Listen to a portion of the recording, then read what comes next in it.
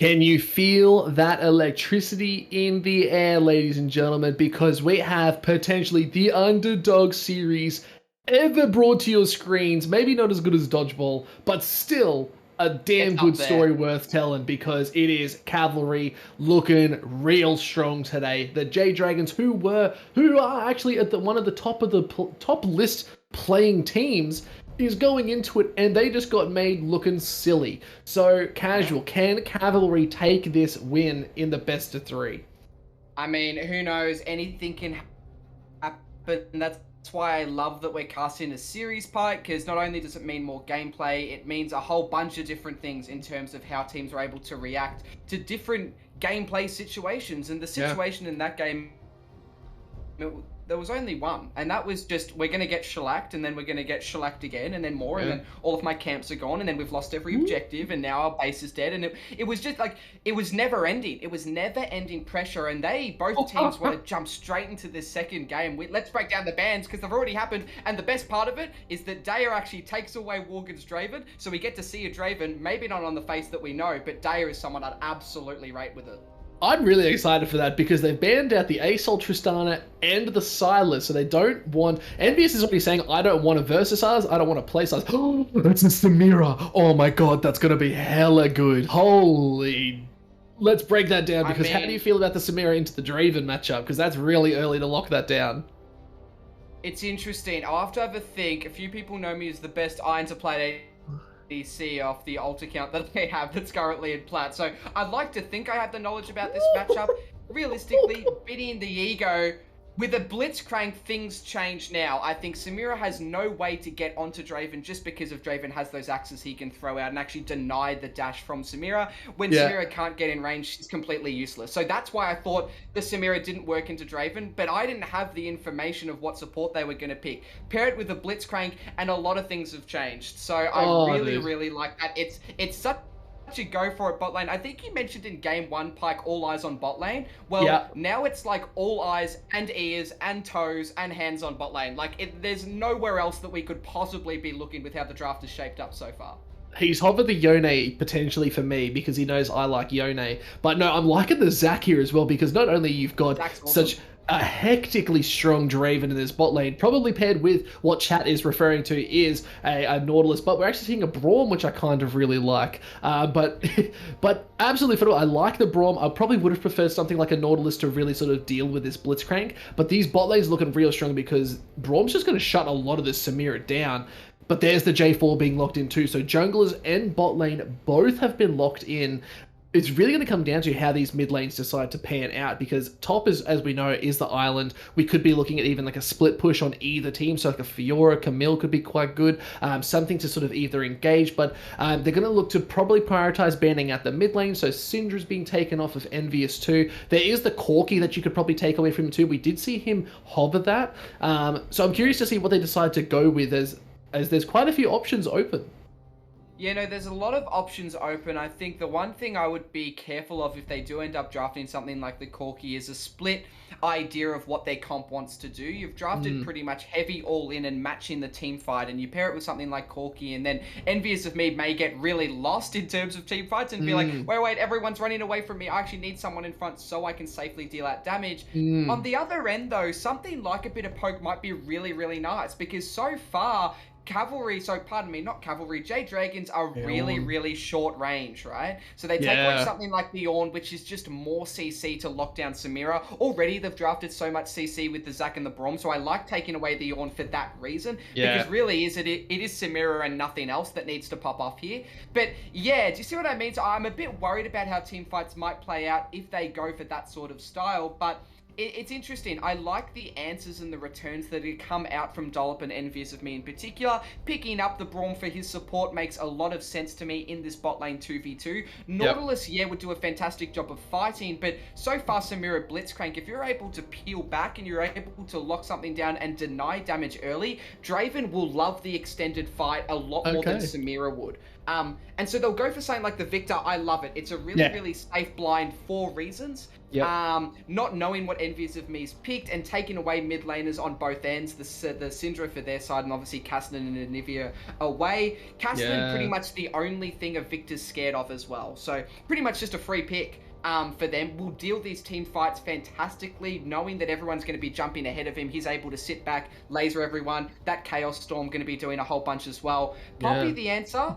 I like it and I don't. It's interesting. I feel like we could find reasons as to why Poppy may actually be really good here. Can I give you a little insight into the Poppy sort of matchup potentially? And I really like the Malzahar if they decide to go down this route, but think of Poppy inside of a Cataclysm. Poppy inside of a Cataclysm is just going to be absolutely disgusting because you're basically using the micro interactions of terrain. So Poppy into J4 is phenomenal because the second he ulties, Poppy has a free engage onto anyone in that team. So actually huge. Now guys, we do have a prediction in chat, so if you are watching and you're paying attention and listening to what we say, pop your prediction in. I swear I'm gonna make you if you don't. I already said if you don't follow me on Twitter, you're gonna be cursed with the LP curse. So get on top of both those things. Well, I did that, so I don't know. I'm hoping I got away with it, but that's okay.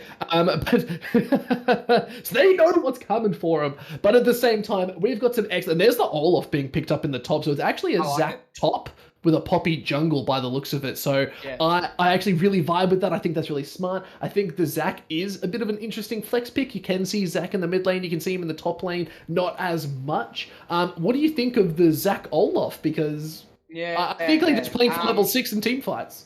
Yeah, pretty much. I feel my only worry is that Zac top is absolutely a pick you can do. It totally works. What I see a lot of people do when they pick Zac top is the complete opposite of how the champion wants to play. You're basically really similar to Ornn in that you're a melee Kayle. You're actually a really, really hard scaling champion, and a lot of people think just because he can't die early because of his passive that you can fight early. Nah, you totally can't. And I really like that Happy Windman's gone for something like this because now we get to see his versatility and playstyle. Game 1, it was balls to the wall, attacking, fighting, get in there, get as many kills as possible. Now he's actually got to sort of rotate into his more reserved, conservative persona because this Olaf is going to do nothing else but run at him, and Zac's going to need to be able to play back in order to even be slightly relevant in these team fights, because if Daya doesn't get ahead, all they've got is AP damage. And I really worry that there's a lot of champions that can easily stack some really broken MR items. Speaking of magic resist, Olaf is fantastic with Force of Nature. Jarvan would work beautifully with Abyssal Mask, knowing that he's got a Victor in the mid lane. So I worry that it may be too predictable on the side of Cavalry about where they need to play for, that being bot lane. And so if Jade Dragons are able to realize that and sort of reconcile with the fact that they need to leave top on an island once again and are able to play for lanes, hopefully Jarvan getting level 2 when he's supposed to this time, that would be nice, wouldn't it, Pike? Well, maybe things could turn around. I think if I'm looking at it again, I like to break down the micro interactions here, right? So we know J4 wants to probably clear, potentially start red, make his way down to bot lane, look for that early bit of a cheese at level 3, 4. But he wants to go through mid lane. Malzahar, as long as he has that shield, he does not care about this J4. He's going to be sweet because he's just going to be like, nah, I'm just being chilling. I'm just going to be laughing my way, farming it out. Victor's going to have to try and pop that super, super early.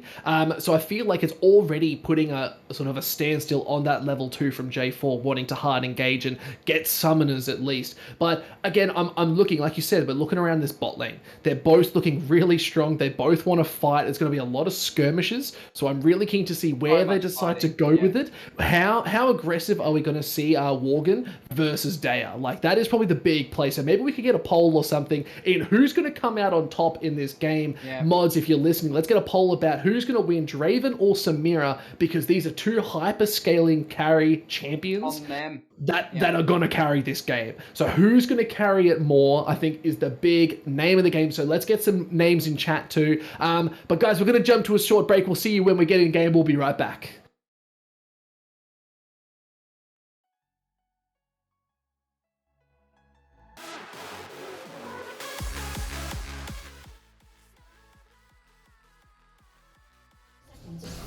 Well, ladies and gentlemen, we already have a fight as it's kicking. Windman could be taken out. There go the blobs. They want to try and finish this little guy off as fast as they can. But look at Dolphy. He's doing a lot. First blood goes over to Evasive Me. The skirmish is mad. Tempest is about to die. Morgan picks up a kill. He might want to go for a little bit more. There's the flash coming out of Daya, and this game is kicking off absolutely how we wanted it to. Casual shenanigans everywhere. Shenanigans galore. I love it that it's going to work out that finally Tempest gets to start the game with a lead. So there we go.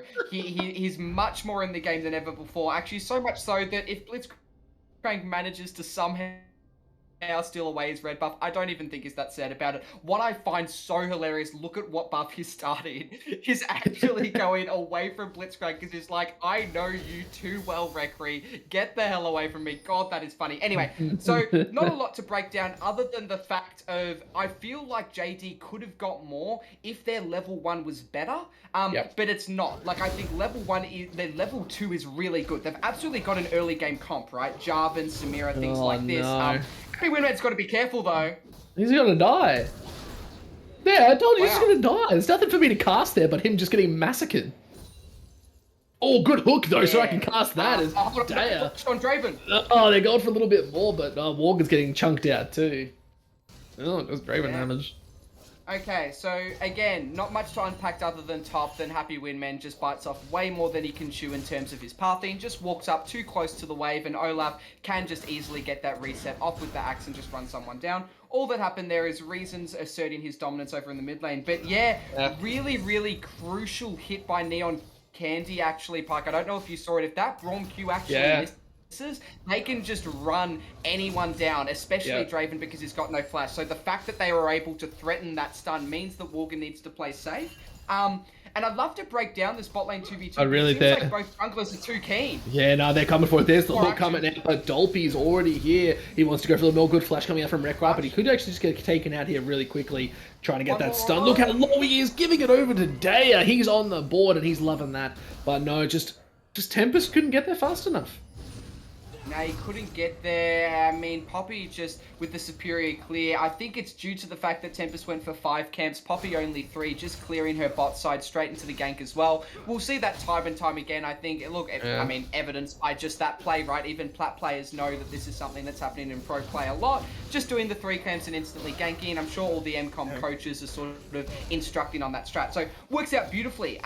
But what I wanted to sort of ask you, I wonder what you think is, we know when you've rated Walken's Draven so highly, right? And said that, you know, it's his absolute go-to, the pocket pick. Well, not even a pocket pick, it's basically just his main. It's his pick. So, when it gets taken away by someone else, right, you know what usually happens if someone picks your main? You know, as a Draven main, what screws you over the most. Is it the Samira Blitzcrank? Is this sort of that Draven counter? Is this how you do it? I wouldn't be too surprised because surely Worgen over anyone's got the knowledge, right? Look, he would have at least a clear understanding of what is necessary. So I feel like Draven, in essence, and as Dolphy's taking a bit of a fight, and Horizon just trying to hit him off. This could be a cheeky little gank, though. Be careful here, Pike. He doesn't know he's there. Tempest. They're just going to shove this wave in, and that's a free dive because he doesn't have his shield up yet. Windman, stop fighting the Olaf, bro. You don't win that. Again, we could just talk that one out. He's half health, but he does have the shield. Just wants to pop that shield. Again, this is what I said. This is what I said here, casually. You got to pop that shield before you can go for the invade. But look, Poppy's also here. That's going to start a little bit of a kerfuffle. And I love the word kerfuffle because they're going for it. Gets a little stun off. Envious Me has no mana, gets knocked out. This could be the fight a little bit more. There's the flash coming out too. Oh, you hate to see it. 1 HP. Jeez, you really do. I think just miscommunication on both sides. First of all, there's no reason for Dolph. That's a good hook. Daya could hit a little bit more. There goes the wind wall. It's just trying to dodges out the Q. Neon Candy. Yeah, so that Braum pick really working out there as we can see. So can even cop that missile coming out from Braum. I mean from Blitzcrank. Sorry, locking him in, but the fact that Braum can instantly jump in front of his AD carry and keep him alive, it's going to make it really hard to find these sort of insta-confirmed kills on anyone else. This is the beauty of the Braum pick, right? You can pick such a heavy, devastating, all-in aggressive comp, but you pick just this happy little smiley, mustachy boy, and things get really tricky in terms of actually killing someone. But yeah, going back to that mid lane play, bit disappointing that Tempest didn't just pull the trigger. Yeah. Like, Malzahar waited for so long on 1 HP without his passive shield, and Tempest is waiting for the wave to push in. I think what may have happened is that Reason used most of his mana getting Malzahar to that level of HP, so he didn't have enough to actually push the wave in. But honestly, bro, I think you could just dive him anyway. You've got your flash, you're like, you were made basically full HP. I don't know, I think they waited too long. And then on the other end of things, Dollop are trying to fight with a Malzahar before pre-6. He's got no damage. Can I just do one little shout out though? I want to just do one little shout out to Rek'Rai on this Blitzcrank. This is the pay to win skin, because if you, I believe it's Control 3 makes it look like you're about to throw out a Q. So you can actually bait flashes by doing Control 3 if you're smart enough. So if you are watching Rek'Rai, please just give us a little showing, just so we can get a little, just a feel for it, a little taste, because it is actually pay to win. The amount of montage videos I've seen of that is phenomenal. So guys, if you have some money to burn and you play a bit of Blitzcrank or a bit of support, what is this fight? Stop it. Stop it, Happy Windman. I'm serious. I'm going to start getting angry. You're making me a stand, Windman. Yeah. But you keep Don't make Daddy angry. I get upset. I know, it's like, again... I mean, yeah, you're right. On the other end, though... Go. No, you go. I was done. Well, I find it hilarious that the Blitzcrank skin, it's pay to win. It's also just a really nice skin too. Good looking skin. So it's not even the end of the world. You can also just pick it up just because it looks really cool too. You know, Space Groove, kitty cats, can't go wrong with kitty cats. What's your best cat sound? Yeah, look, we're seeing some really interesting... Oh god, I want your best cat sound. Like this. Okay. I'll do one too. We'll do it together. We'll do it together. But you go first, and then I'll go. Close to my mic, alright? Yeah. Okay, alright. Does the cat need to have an emotion, or is it just a general meow? Just a general meow. And then we'll get chat to vote on the winner. As we're watching right, so just... But okay, cat sound, go for it. I want cat sounds. Okay, ready? I'm ready. Okay, me first, alright. How's that? I didn't hear anything. NBN. Oh, shit! Come on. Okay, I'll try again. Meow. Yeah. Okay, so we're doing a meow. I was gonna do a bit more of like a kitty cat, like anime kitty cat sound, you know? But this is actually a fight going on, but it's gonna be enough. Gets the little pull, but the Ragnarok does get popped. Not much you can do. I'm gonna win this. And then as he dies, meow. Or meow. That's my kitty cat sound, like a bit of an angry kitty cat. Wow. Oh damn, that's a pretty good kitty cat sound. That was, I love that. Oh, Just like, very that's like weak. angry one. Weak. I feel like we were just talking about Harry Potter backstage, and we were saying how like there's these different and it reminds me of the Patronus charms, right? Everyone has their own sort of spirit animal. Yeah. I don't know why my cat was so tame and yours was like so just not even angry, just like such I don't know, big dick energy on your cat. I have to say it. I don't know what it was. Meow. Yeah, it's a bit tame. Yeah, look, I can do different types of cats. I hate analyzing League. I love analyzing your cat sounds. So maybe we just do that instead. Maybe I'll do that's it. the next MCOM. I'll keep looking for more cat sounds then. I'll step it up and I'll learn my cat sounds. Maybe we'll if we get to a game 3, we'll do dogs. Yeah, that's fine. I'll find all the e-girls on my main account, and then I can send them over your way. I'm sure they'll be able to instruct you on cat sounds, and we should be fine. Using those two levels, those two elements, I think we should be able to lock ourselves into Well, at the end of the day, since Yumi's dead, we may as well just bring Yumi back in some form, you know what I mean? Yeah, we've got to find a way, right? Everyone loves Yumi. Like, we've got to get Yumi back into the game somehow. Yeah. Maybe this is the way to do it. Yeah, that's it. Yeah. Look, at the end of the day, game's running real slow, except for top lane, apparently, the most aggressive lane, when we thought bot lane was going to be hectic. But, yeah.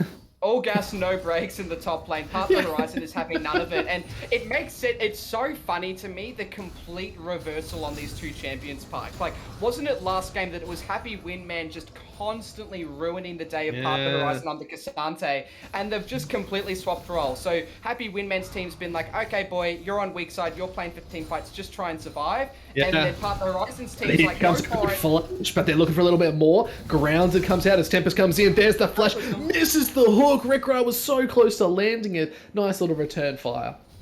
Damn, double flashes blown actually on Victor and Blitzcrank to try and make that play work. Envious of Me clutches it with his own. Scary time to be a Malzahar without flash, and especially since because top lane's going so well too.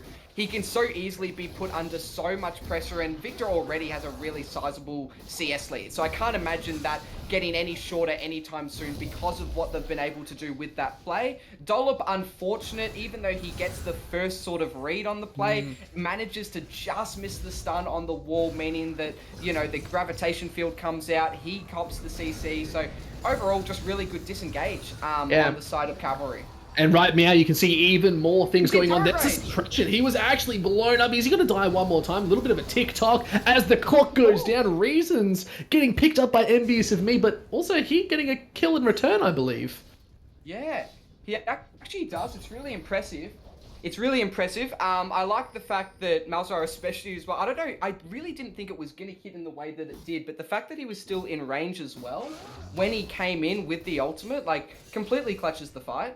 So well done to Envy. Unfortunate that he gets the kill, and really, it was a solo kill, Pike. Let's call it what it was. But then Victor, before he burns, manages to pick himself up 300 gold. So not the craziest lead as maybe it was if the fight already wasn't occurring in mid lane.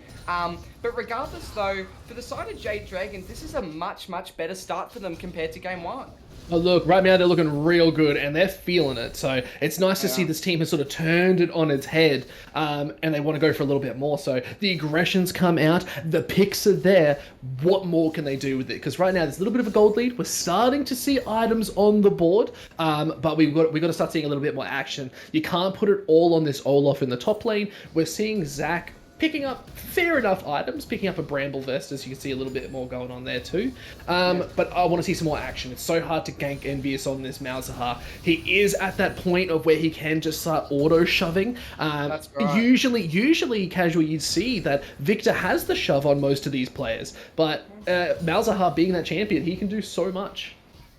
No, in most lanes, you're exactly right. That's almost why you pick Victor. It's the reason you pick the champ. It's teamfight prowess and the ability to constantly maintain prio. But once Malzahar does hit that first item, and that really is what guarantees the auto push, just that extra damage and the fact that you're also completing that lost chapter. Yeah, it's going to be really tricky. Battle of the mid lane wave clearers. We'll have to see what actually happens though, pardon me, because it's not enough to just clear a wave. You've actually got to rotate or make the rotation to get more prior elsewhere. So we'll see what happens there, but he might have put up a bit more than he could do. Look at the suppression. The Chaos Storm as well is ticking down. Who wins that? Is this a trade? It's a 1-for-1 mid lane. That is the goofiest 1v1 I think I've ever seen. Oh my god. That is Someone please hilarious. What just happened?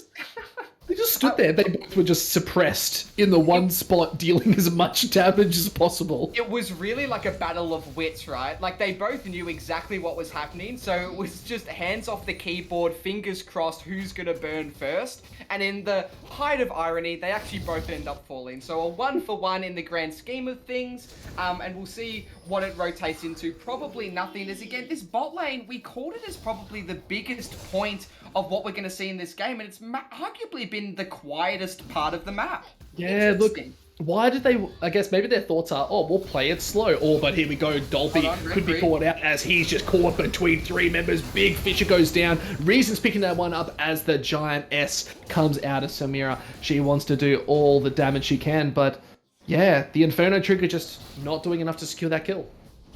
No, couldn't grab it, unfortunately, and this is that power of Braum, right? Is that you're able to negate so much, and Dollop, unfortunately, was just too far deep. Just caught out as he's rotating through the river, trying to secure a prio for this second Drake.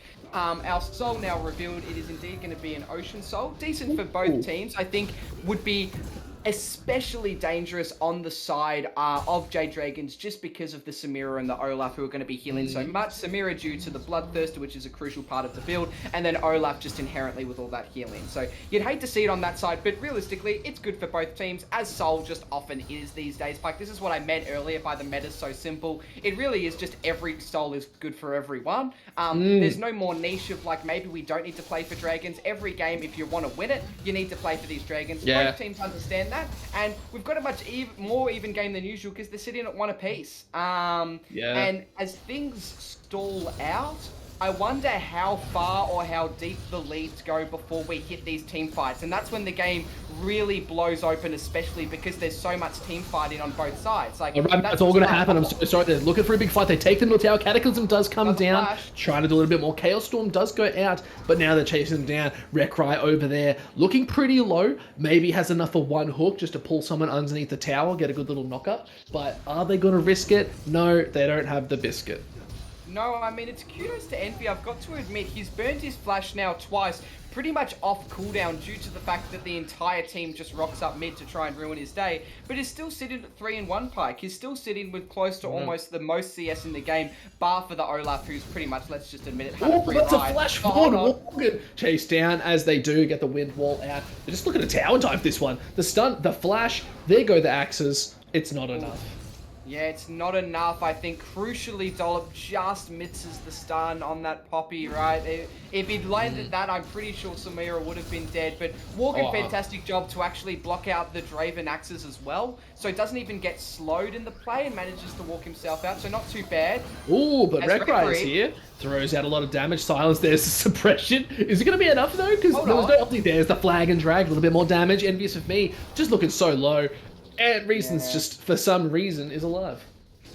I mean, the 3v1's got to work at some point, so at least it works then. Envy, decent enough to make it the third time unfortunate for him. Third time unlucky, he does end up falling. Much easier to execute that play when Malzahar doesn't have flash, and realistically, we should be respecting, yes, that we do have mid-pride because we are a Malzahar. We're not in the early game anymore. Turrets aren't so much a thing that people are concerned about, and look at the vision control outside of JD as well. Rek'Rai has the entire bot jungle completely covered, which means he can just walk through the river easily and actually catch up to Malzahar if he oversteps, which he does. So he falls, and it's unfortunate because you really need Envious of me online in this game because there's no one else to shut down this Samira.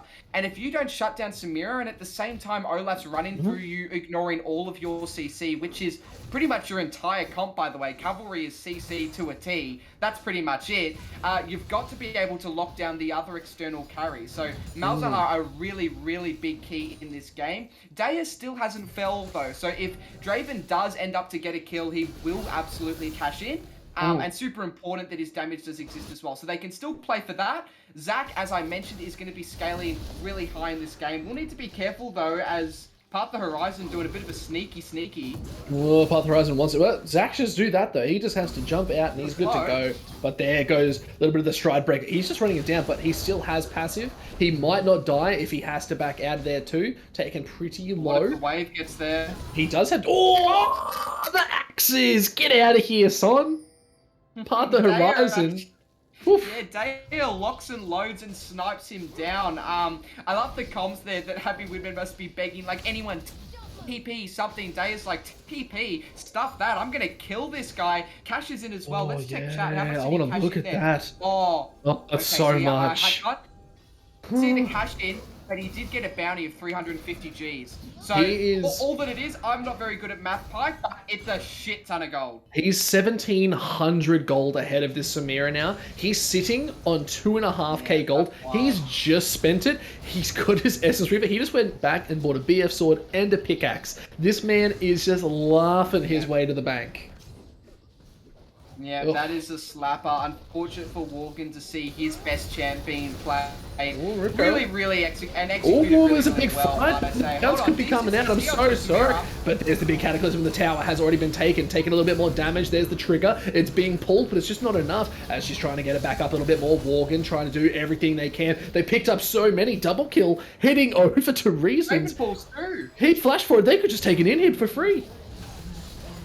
Yeah, it's actually 4 dead. I think it's too early to take in hit. Potentially they could, but because of the fact of death tempo is so short at this stage in the game, you're not only risking being turned on, but you're also risking just giving them a whole bunch of gold as well. So whether it was the case of we don't have enough time or we're being, you know, really smart, you know, super nerds, and we're making sure to actually leave the inhib up even if we could take it, either way, that's going to be the case. And more importantly, the Dragon's going to go down as well. So they're that much closer to securing that soul that would be all important in this game.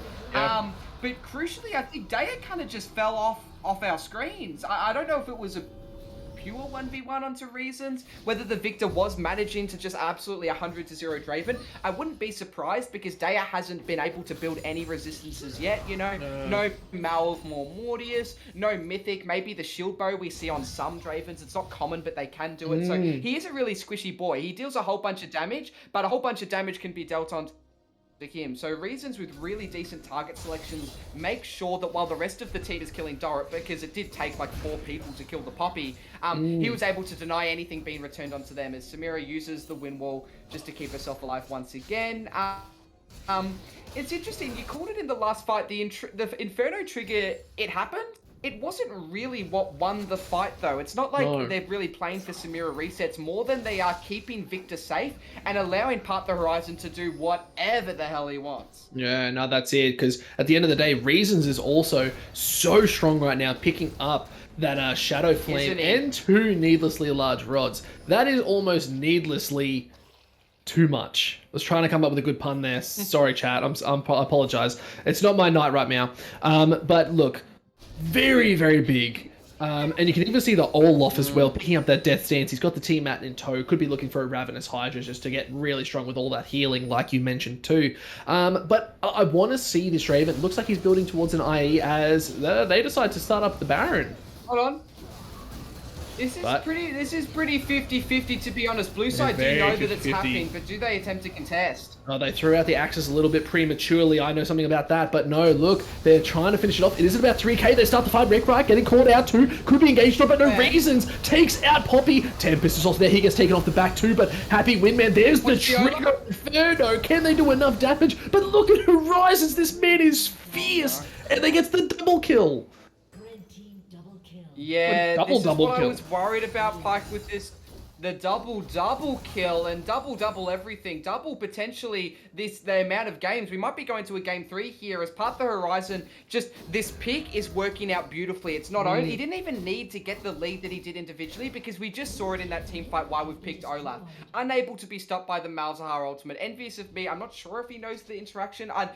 Surely it's a misclick. He's played so much Malzahar. He has to know that all that laser's going to do is just follow Olaf around as if it's a spotlight, watching the entire fight go down and get 1v1. Like, you know, Olaf just ran free and there was nothing they could do to stop him. There was no peel that they could do to save the Draven. So while the front line was doing all of that, they were able to once again focus down the Poppy, take away the jungler. And yeah, they didn't profit off Baron. They profited off a massive fight win. He wants to keep going. That may rotate into something like that. Oh, he wants to keep going. This They're is what still Olaf fighting. Does best, right? Happy Windman. Oh, look at that interaction. Pulling out the Gronk in that fight. But he's very strong. He's not able to. He could turn this one around. The Ragnarok is available. He pops it. He's ready to go. He turns that fight. And he's look at the healing. Look at the shielding. But they do get Zac passive. Looking to take out some blobs. Handing that one over to Horizon again. Now 5-2-5. He's looking strong. Yeah, no, Part the Horizon is just a monster in this game. And it's hard to take your eyes off someone when they're pulling out a performance like this. Because they're always at the front end of the action, but not getting punished. That's the beauty of Olaf, right? So looking really, really good, and it's just making the life of Reasons and Worgen just that much simpler, isn't it? The fact that someone could be so distracting and so disruptive in these team fights, your job of just laying down damage, it's pretty simple. Because right now, the comms for Cavalry, they have to be, how the hell do we shut down this Olaf? How do we stop him? Like, that's where all their eyes, their brains, their hands, their toes, that's where they'll be pointing towards. But there's a lot more to worry than just one old boy up in the top lane. So I'm worried for these team fights and how they go. The gold lead is shot up to 10k, similar to last game, just on a different team. Maybe this is the final Baron push. We're not too sure. We'll have to see whether they focus some sort of dive, which Jarvan and Olaf excel very well at. Oh, hold on. But they're looking for it, and as a thing pops up on my computer, look, they could actually turn this one around, but Path of Horizons is so low. He gets taken out. The shutdown happens. He's looking for it. Envious me does get that kill, but look at the damage. There's the Cataclysm. Looking for is so much. Poppy, Dolphy doing so well, but here goes Daya. He's got a lot of damage. Look at the health being shredded off. There's the flash forward. Reasons picking up Draven with a 1-2 combo. They're looking for even more as they do take away Envious's shield. Reasons wants this kill. The slow goes down. They're going to be underneath their tower. Neo and Candy looking to supply, but no Oh, Rek'Rai gets taken out. Two Envious turns it on its head, and they're looking to survive it a little bit longer as they're still pushing down mid lane, and they might just need to back off, but no, here comes Zach. Good engage. The man is a madman as the shutdown goes over the Braum. Not who you'd want it to be on, but here goes Morgan. He's trying to survive a little bit longer, but there's the jump forward, and a big shutdown goes over to Zach as they get the ace. Yeah, no, they secure the ace. They're really well played, actually, by Cavalry to stay in this game and to survive this just incredible showing from Jade Dragons in the second game. I mean, already it was so clear that that fight was going to go so well for Cavalry because they were able to knock down that Olaf, right? But then Reasons with a really important individual pop-off flashing over the wall, taking down Draven. I'm not sure if Daya expected that amount of damage on the Victor. Maybe he should, because everyone knows that an AD carry can be as fed as they want, but a Victor can, just like you said, 1-2 punch them, one-shot them, see you later, you're out of here. And without Daya, you don't have a whole bunch of damage outside of Envy, and he can only really target one person with the Void Lane. So look, at the end of the day, they did defend. The gold lead has actually crept up an incredible amount, especially due to the fact that they could secure that Drake. We'll stall out that Soul if we do end up seeing it, and importantly, that Baron push didn't result in anything outside of an inhib, which they should be able to farm relatively easily due to the wave clear we mentioned way early on. So I think Cavalry, despite being behind here, are looking probably the closest they've ever been so far into actually bringing back a comeback. Look, and it's so hard, even at this point in the game, it's incredibly difficult to come back from this. This Olaf is now back, picked himself up a Ravenous Hydra. You just look at the item difference on these teams. I really big respect to Envious picking up the Rylez here because he wants to get these slows. Yes, it has no impact on the Olaf, but think about the Samira, think about the J4, think about the Blitzcrank who's going to run at you. Like, it's going to have some impact because he can spread that damage quite successfully over a couple different people. But we need to, it's what people are saying in chat right now. I think we need to see less tanks in this top lane, more bruisers, which is what we were sort of hinting at before, is we want something really strong in a split push. Even a Fiora here would be exceptional on the side of Cavalry. Just sitting in the side lanes, being able to fight this Olaf in those sort of long skirmishes and trying to do something with it. So I think it's really important that we see maybe Happy Windman on these bigger damage carries in the top lane. I think that's where he probably feels most comfortable. As Rek'Rai is looking very aggressively, lands the hook, brings in Dolby, he just dies instantly. There's no hope, but look where Olaf is as well. He's in that mid lane, he's looking for it as we're looking down to this bot side, and they're just looking to take this tower, but Envious has that beautiful clear. The flash forward isn't enough. And look at him, he's just taking the in-hit. He doesn't care. He's looking for Ragnarok pops, looking for Daya. He's looking for a little bit more. The flashes forward, he gets another one, and now Happy Windman is in the line of sight, picking up his little things. What do you do? What do you do, Casual? No, you don't do too much. What I'm noticing so far in this they're still down. They're looking for a little bit more of a fight. Windwall goes out. It's being tanked up by Reasons. Can they go for a little bit more? It gets pulled out. Envious of me sacrifices his life, but look at where Olaf is. Horizon's ending this game solo. He does not care. He wants this win so bad. He said, make me fool out of me once, I'll show you it a second time. And he's going to absolutely end this game on a cheeky... Would you call that a backdoor? Either way... That was huge, absolutely huge end there, coming out of Path of Horizon, who really stepped up that game and showed us what an Olaf top laner can actually do, Casual. Yeah, no, he did. I mean, the Olaf, it's not enough to just pick a champion. I say that lots of times when I cast these games, right? Like, you can definitely draft gap, but you need to play it in the style that it needs to be played, and he did. Like, he played like a complete psychopath, and it worked on every single level, especially at the end there, just marching down the mid lane. There was hopeful signs for Cavalry near the end. Yeah. You know, you could see that Jade Dragons were trying to siege bot lane, but they just couldn't due to the wave clear out of Malzahar. All that JD need to do there is just dive them. Yeah. Instead, they play for the Blitz hook. For some reason, Dollop standing outside of the minion wave ends up getting caught. As soon as Olaf sees that, he knows that there's no one else to match him now, right? Like, bot lane's going to fall because Poppy's gone, so that's one less member. I'm already going to beat the Zac. So it was just this series of, like, step-by-step events could you call Hmm. them, that just led up to that game actually ending. But how great for us, because now we get to head straight into a game three with momentum shifted, but we know what Cavalry can do. They weren't able to sort of pull out that same type of performance Mm. in this game too, but we know the potential's there now. So it's not enough to just be like, oh, momentum's with JD, they're going to take the series. It really is anyone's game. Cool. Look, I want to talk more about this Olaf, right? Because he not only did so well, Yeah. Horizons did a really good job. I want to talk about what we could see or expect from Cavalry, right? I think that's the next step. Like we could have seen potentially something a bit more for.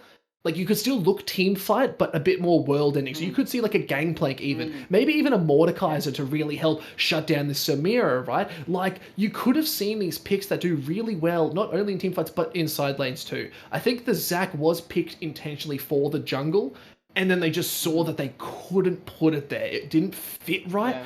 It wasn't tickling their buttons is maybe a good way to put it. So they had to flex at top, which just ultimately ended with them saying, hey, we're just going to last pick an Olaf and just run away with it. So I think the drafting needs to be taken a little bit more into consideration on the side of Cavalry, because that first game, we saw their drafting was phenomenal. They played to their win con. They said, yep, this is what we're planning to do. This is how we're going to do it. But I think it really worked on the side that they were red side. Red side being the prio Yeah. pick at the moment. Anyone on red side, you get your counter picks. You get to play a game of your choosing, and you're putting a lot more on blue side to sort of counteract in game. So I'm really looking Yeah. forward to this third final game because anything could happen. We've seen such a diverse level of gameplay. I actually don't know what to expect. No, neither do I. And I wonder where they rotate. Do they rotate back to a similar comp that they Mm, had in that first game? Because clearly that was so comfortable for them to play. You can't imagine that all of those picks will be left up. I mean, knowing that Jade Dragons took home the win and they banned the things that they did, maybe you just run that back. You know, yeah. it worked once, maybe it works again.